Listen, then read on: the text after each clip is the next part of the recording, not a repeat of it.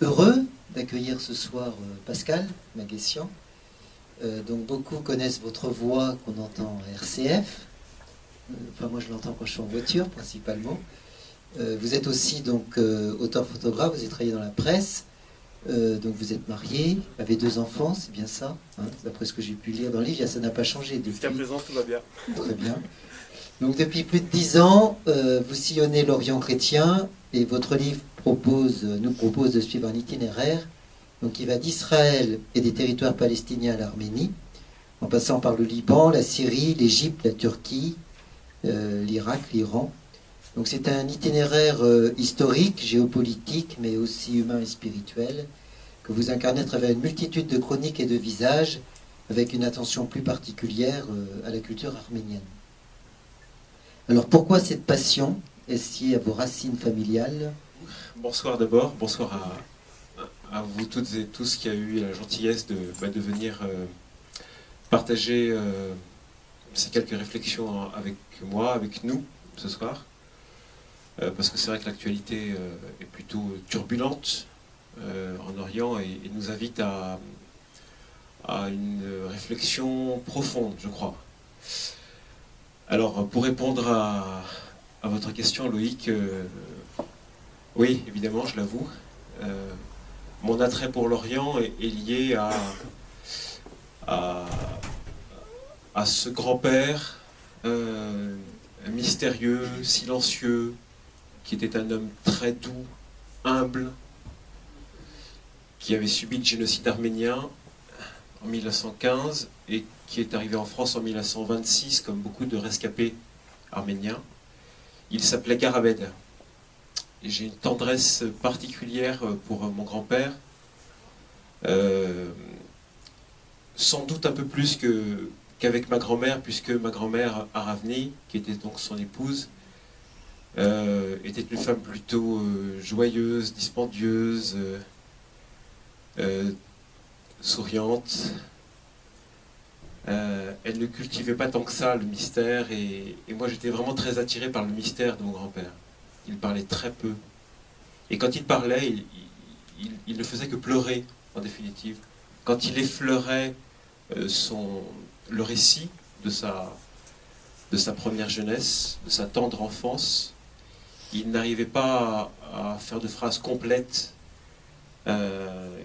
Il s'effondrait très vite psychiquement, et c'était quelque chose qui était très dur pour l'enfant que j'étais, pour le petit enfant de Garabed que j'étais. Et ça m'a toujours marqué. Toujours, toujours, toujours. Tandis que ma grand-mère, Aravni, elle n'évoquait jamais le passé, ne pleurait jamais. C'était une femme forte, souriante. C'était vraiment l'antithèse en quelque sorte. Donc je pense que c'est davantage pour percer le mystère de mon grand-père que j'ai exploré cet Orient d'où il venait. Donc on vous sent pessimiste quand même sur, vous me rectifierez, mais sur une possible sortie de crise, comme on dit. Donc l'Orient est-il condamné à cet état de guerre permanent, puisque apparemment ça dure quand même depuis un certain temps. Alors je ne sais pas si ça transparaît dans mon livre, mais je ne suis pas pessimiste. Je suis plutôt combatif. Mais pour être combatif, il faut avoir une claire vision de la réalité. La réalité est, à bien des égards, affligeante. Et c'est cette vision-là, de cette réalité-là, qui me permet de réfléchir aux différentes opportunités qui s'ouvrent devant nous, qui s'ouvrent devant moi. Alors c'est vrai que le conte auquel vous faites allusion, Loïc, c'est la goutte de miel de Vanessa Toumanian, cette petite goutte de miel qui est à l'origine d'un drame entre 2 villages, 2 régions, 2 pays, 2 mondes en quelque sorte. La question n'est pas tant de savoir comment tout cela a commencé par une petite goutte de miel. La question est pour moi bien plus de savoir comment peut-on en sortir, comment peut-on avancer. Ça ne sert à rien de savoir le pourquoi de l'origine des choses. Il y a toujours un fondement. Mais il faut toujours chercher, je pense, à dépasser ce fondement si l'on cherche à être un homme ou une femme. Et être un homme ou une femme dans ce monde, c'est apprendre à vivre debout, se lever le matin, mettre un pas devant l'autre et se dire « cette journée est possible. Je vais faire de cette journée quelque chose d'utile dans ma vie. Je vais essayer de construire une vie meilleure aujourd'hui qu'elle ne l'était hier. Et chaque jour, je me lève avec l'espoir que quelque chose puisse progresser. C'est ce qui me fait vivre au jour le jour. Mais c'est vrai que cela m'impose un certain réalisme, et je vois, comme vous, cette réalité sinistre à laquelle nous sommes souvent confrontés. Mais je ne suis pas pessimiste. Je refuse le pessimisme. Alors, tout au long de votre livre, on est frappé, enfin bon, ça on le sait tous, mais des tensions entre les différentes communautés, donc les différentes religions. C'est vrai que, en tout cas, nous chrétiens, on a toujours ce souci du dialogue, en pensant que le dialogue est la clé, puisque on n'en voit pas bien d'autres d'ailleurs. Comment finalement, puisque vous parliez du comment tout à l'heure, comment instaurer peu à peu, parce qu'on sent quand même qu'on en est loin, en tout cas dans cet Orient, ce dialogue entre les différentes communautés, et finalement on se demande, mais ce dialogue est-il possible et par quels moyens? Alors, la question est essentielle, c'est la question fondamentale, mais je ne suis pas sûr qu'il y ait une réponse globale. Je pense que les réponses diffèrent en fonction des pays que nous prétendons explorer. Je prendrai simplement appui sur une déclaration qui a été publiée ce matin même par le patriarche des Maronites, le cardinal Béchara Rai, qui a publié une déclaration dans laquelle il rappelle le caractère médiateur essentiel des chrétiens du Liban pour l'avenir politique de ce pays. Et dans laquelle il plaide aussi pour la constitution d'un gouvernement qui représente l'ensemble des tendances nationales. Un gouvernement qui puisse être capable d'exercer ce pour quoi il serait formé, c'est-à-dire d'exercer un pouvoir et une autorité sur l'ensemble du pays libanais. Et il dit aussi une chose très importante, il demande aux milices, aux différentes milices, sans les nommer précisément, en quelque sorte de déposer les armes, puisque s'il y a un État, il ne peut y avoir, et en l'occurrence l'État libanais, il ne peut y avoir qu'une armée, une seule armée, au service de cet État, et non pas des groupes militaires divers et variés, et des milices diverses et variées. Donc voilà un exemple parmi d'autres de ce chemin qui peut mener vers une issue possible pour ce pays. Demander aux groupes armés de déposer les armes et d'accepter qu'il y ait un État qui se constitue avec un gouvernement fort et une armée qui naturellement irait avec. Voilà un exemple parmi d'autres. Alors un petit peu dans le même sens, donc vous évoquez aussi donc ce printemps arabe, principalement dans certains pays, dans l'Égypte. Voilà, et ce matin dans un gratuit, je lisais donc, enfin c'était titré comme ça, Tunisie après 3 ans d'incertitude, l'espérance à nouveau là. Donc peut-on espérer, parce que vous parliez de ces difficultés de l'islam, d'être intégré dans une logique un petit peu démocratique, c'est-à-dire, enfin, si on prend un peu le modèle de la laïcité un petit peu à la française, où l'État est, où la religion est finalement dans une sphère un peu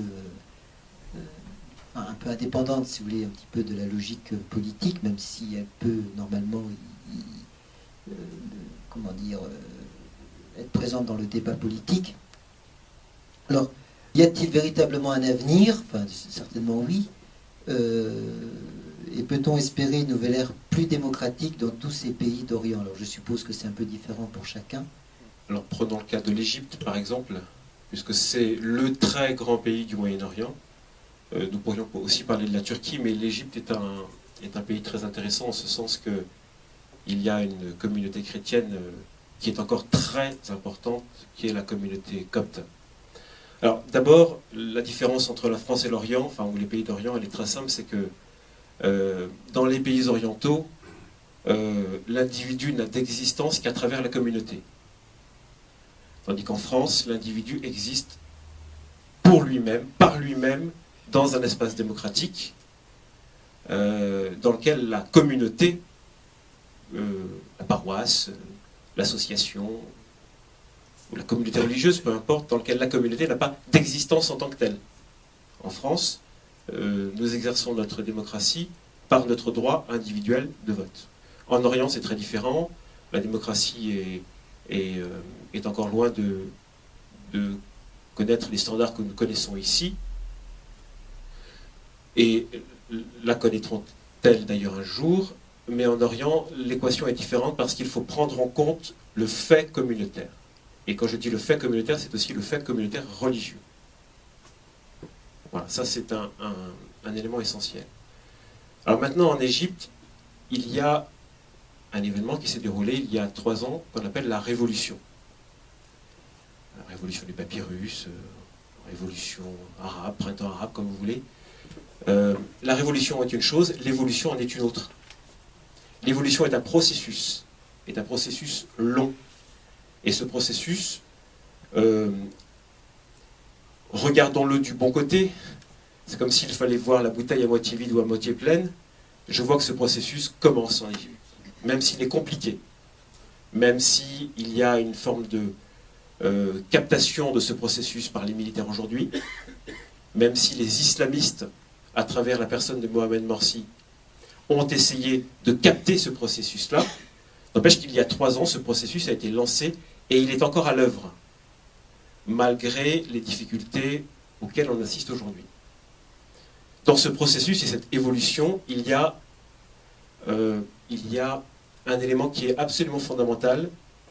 Ce ne sont pas les partis politiques, ce n'est pas l'armée, c'est la société civile. La société civile, à l'image de cette société que nous connaissons en France, elle est motrice. C'est elle qui a amené le changement. C'est elle qui a d'abord fait la révolution, et c'est elle qui a, depuis 3 ans, fait progresser les idées de la démocratie en Égypte, même si tout cela est imparfait. Et j'ai envie de dire qu'en tant qu'acteur de ce monde dans lequel je vis, et pas simplement en tant que journaliste, je veux aider cette société civile. Pour vous donner un exemple, il y a un évêque, un maître spirituel, qui en Égypte s'appelle Amba Thomas, Monseigneur Thomas. Il est évêque de Al-Kousseya, qui est un diocèse de Haute-Égypte. Et c'est un homme qui est pétri de valeurs civiques, pacifistes, citoyennes. C'est un homme qui voyage dans le monde entier. Et c'est un homme qui a créé au nord du Caire, à 75 km au nord du Caire, sur la route qui mène à Alexandrie, sur la route du désert, il a créé un espace de vie qui s'appelle Anaphora. Anaphora n'est pas un monastère, ce n'est pas une ferme, ce n'est pas seulement une ferme, c'est un vaste domaine où il expérimente la vie, sous toutes ses formes, à travers l'agriculture, à travers la prière, à travers le dialogue, à travers la formation. Et il attache beaucoup d'importance à former la jeunesse d'aujourd'hui. Il reçoit chaque année, à Anaphora, des milliers de jeunes coptes, je dis bien des milliers de jeunes coptes, qui viennent se former aux principes de base du pluralisme démocratique, de la citoyenneté, du dialogue, du partage, du droit d'exprimer son opinion, du devoir d'écouter l'autre. Voilà. Et chaque année, des milliers de jeunes de Haute-Égypte viennent suivre des sessions d'éducation à la citoyenneté. Eh bien, je pense que c'est ainsi que l'Égypte pourra peut-être s'en sortir à travers cette jeunesse qui se forme aujourd'hui. Et cette formation, c'est ce qu'on peut appeler l'évolution. Et l'évolution, ça prend du temps. Nous ne verrons peut-être pas l'achèvement de ce processus, mais ce processus est à l'œuvre.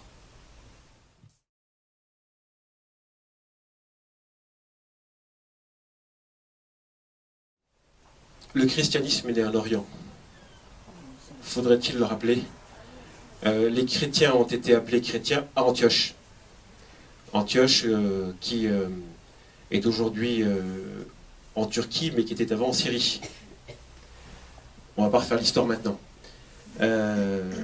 Mais si nous sommes à ce point soucieux de savoir quel va être l'avenir des chrétiens d'Orient, c'est parce que le christianisme est né en Orient. D'une certaine manière, vous en êtes et nous en sommes les héritiers. Nous sommes les fils et les filles de l'Orient. Voilà pour le premier élément de ma réponse. Le deuxième élément, c'est que le christianisme en Orient est indispensable, comme l'est le judaïsme et comme l'est l'islam. C'est une question de regard. Que préférez-vous voir? Vous préférez voir un champ de maïs avec une seule variété florale et végétale, ou vous préférez voir un champ avec des essences variées? Qu'est-ce qui est le plus beau dans la vie? Et puis imaginez qu'il y ait une bactérie qui vienne à abîmer le maïs. C'est l'ensemble du champ qui est éliminé. Tandis que lorsque vous avez un champ avec des essences végétales variées, la bactérie, effectivement, peut altérer une des espèces parmi d'autres, mais pas toutes les espèces. Ce que je veux dire par là, c'est que les chrétiens composent ou font partie de cette diversité nécessaire à l'Orient, diversité qui est nécessaire pour toute vie, pour toute société et pour tout pays. Donc ce qui est vrai pour l'Orient est vrai pour la France.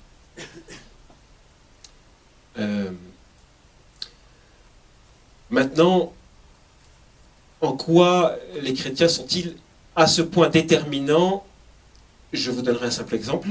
À Kirkouk, dans le nord de l'Irak, avant que Monseigneur Louis Sacco ne devienne le patriarche des Chaldéens de Bagdad, et qu'il siège donc à Bagdad, il était l'archevêque, l'évêque de Kirkouk, l'évêque chaldéen de Kirkouk.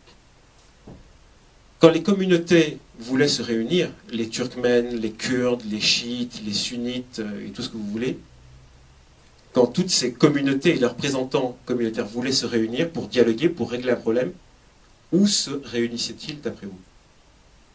Au patriarcat des Chaldéens. C'est le seul lieu où ils ont la certitude de pouvoir entrer en paix et d'en sortir en paix.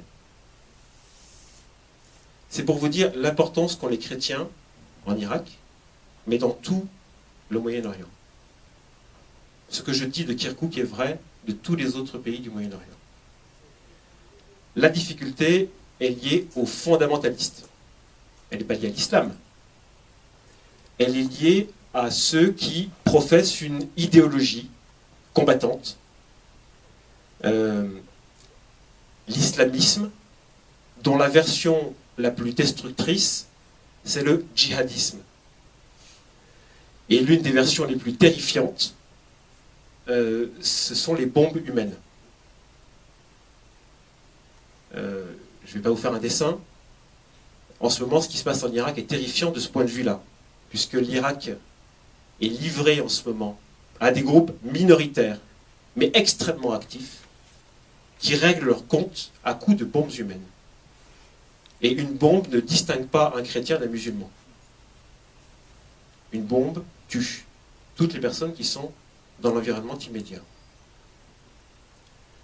Donc la menace à cette évolution et à ce processus-là en Orient, la menace pour les chrétiens comme pour toutes les communautés, la menace c'est l'extrémisme, quel qu'il soit, et aujourd'hui, dans ces extrémismes, il y a l'islamisme radical.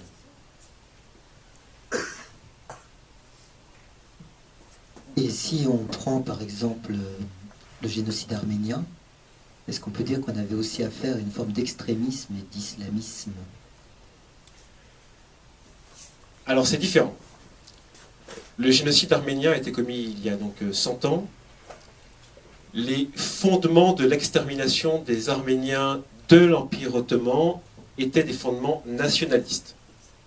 C'est-à-dire que l'administration jeune turque, qui a organisé l'extermination des Arméniens, qui a planifié et mis en œuvre ce processus d'extermination, n'était pas mu par des sentiments religieux, musulmans, islamistes. Elle était motivée par un calendrier politique hyper nationaliste. Turc, jusqu'au bout. Le pays turc appartient aux Turcs, un point c'est tout. Il fallait donc éliminer tout ce qui n'était pas turc. Les Arméniens, mais aussi les Assyro-Chaldéens. Certains d'entre vous savent qu'ici, à Lyon, il y a le professeur Joseph Yacoub, qui est l'un des meilleurs connaisseurs de l'histoire de l'extermination des Assyro-Chaldéens dans l'Empire ottoman. Donc, l'islamisme n'était pas, pour le génocide arménien, un élément de l'équation génocidaire. Simplement, les jeunes Turcs, dans leur souci d'éradiquer totalement la population arménienne du sud-est anatolien, les jeunes Turcs ont exploité toutes les formes possibles de tuerie. Et parmi les formes possibles de tuerie, ils ont exploité le sentiment religieux extrémiste de certains, qui, pour le coup, mus par des motivations radicales, extrémistes, religieuses, ont participé à la curée, ont participé au génocide. Mais la source était hyper nationaliste. Parce qu'il faut dire qu'en 1915, nous étions dans cet entre-deux siècles, fin du 19e, début du 20e, où le nationalisme était un fléau qui affectait l'ensemble des pays d'Europe et qui affectait par ricochet les pays du Moyen-Orient. Vous savez sur quel fondement s'est déroulée la Première Guerre mondiale? Le nationalisme. Je vous rappellerai qu'il existait les jeunes Serbes, les jeunes Croates en Europe, et qu'il existait aussi, par conséquent, les jeunes Turcs. Et que tous ces jeunes mouvements nationalistes, entre parenthèses, se réunissaient souvent à Paris pour discuter dans les milieux universitaires, aux terrasses des cafés, discuter de cette nouvelle idéologie qui enflammait l'Europe et qui commençait à enflammer l'Empire ottoman et le Moyen-Orient. C'est l'idéologie nationaliste. Nous en sommes en France les héritiers, et l'Orient, d'une certaine manière, subit cela. Alors, il y avait à l'époque le nationalisme et l'hypernationalisme, et il y a aujourd'hui, et en plus, cette autre idéologie qui se développe d'une manière très radicale et très violente, qui est l'islamisme, qui se développe hors de toute proportion avec la cruauté que vous pouvez voir. S'il y avait une ou deux choses qui vous ont le plus marqué dans tout cet itinéraire, est-ce que vous pourriez nous les partager ce soir? Vous avez déjà parlé de cette communauté en Égypte. Alors, je pourrais en citer deux, donc, je l'ai évoqué tout à l'heure, Amba Thomas, Monseigneur Thomas, l'évêque d'Al-Kousseya, qui pour moi est un homme essentiel à l'avenir de l'Égypte. Je découvre en lui tout à la fois un peu de l'humanisme de Martin Luther King. Je découvre en lui l'écologiste que peut être Pierre Rabhi ou François d'Assise. Je redécouvre à travers cet homme des valeurs essentielles au bien-être. Au bien-être en humanité. Et quand je suis avec Monseigneur Thomas, à Anaphora, je suis vraiment épanoui, heureux d'y être. La deuxième personne que j'ai envie de citer, c'est Ayşe Günaysu, qui n'est pas chrétienne, qui est une Turque sunnite, et qui, lors de mon premier séjour en Turquie, dans les tout premiers jours de ce premier séjour, alors que nous ne nous connaissions pas, nous n'avions fait qu'échanger par mail, nous nous sommes retrouvés dans un bar d'Istanbul, un des bars branchés de cette grande cité turque. Elle a pris mes mains et elle m'a dit « Pascal, je te demande pardon. Je Je te demande pardon au nom des Turcs pour ce que nous avons fait, nous les Turcs, aux Arméniens. Et ça a changé ma vie. Ça a changé ma vie parce que je me dis qu'il est possible de construire, non pas de reconstruire ce qui a été détruit, évidemment, une civilisation complète anéantie, 2500 églises, chapelles, monastères, détruits dans le sud-est anatolien, 1,5 million de morts. Bon, ça ne se reconstruit pas.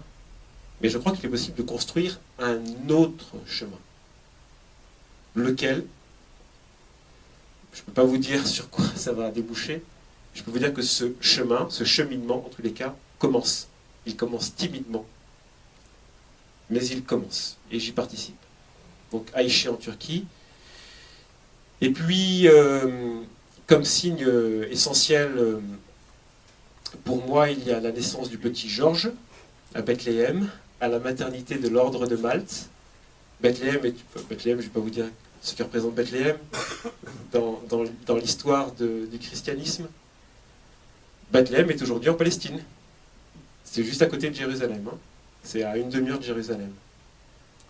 Et à Bethléem, il y a la maternité de l'ordre de Malte.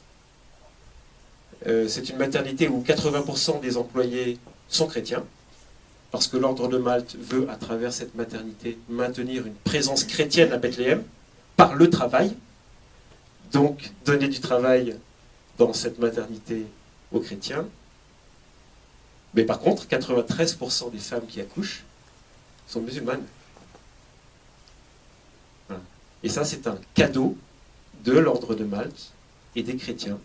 C'est un cadeau des chrétiens aux musulmans et à la fraternité toujours possible dans cette ville de Bethléem et par extension au-delà de cette ville, je dirais, à la cité de Jérusalem et donc au monde. Donc il existe une voie qui est une voie fraternelle qui est possible et qui est très belle parce que grâce à cette fraternité-là, on peut voir accoucher des enfants. Et avec mon ami photographe Thierry Chaspou, nous avons eu l'occasion de pouvoir photographier la délivrance d'un petit garçon qui s'appelle Georges, voilà, qui habite Béjala et qui aura 3 ans au mois d'avril prochain. Et ça me rend heureux.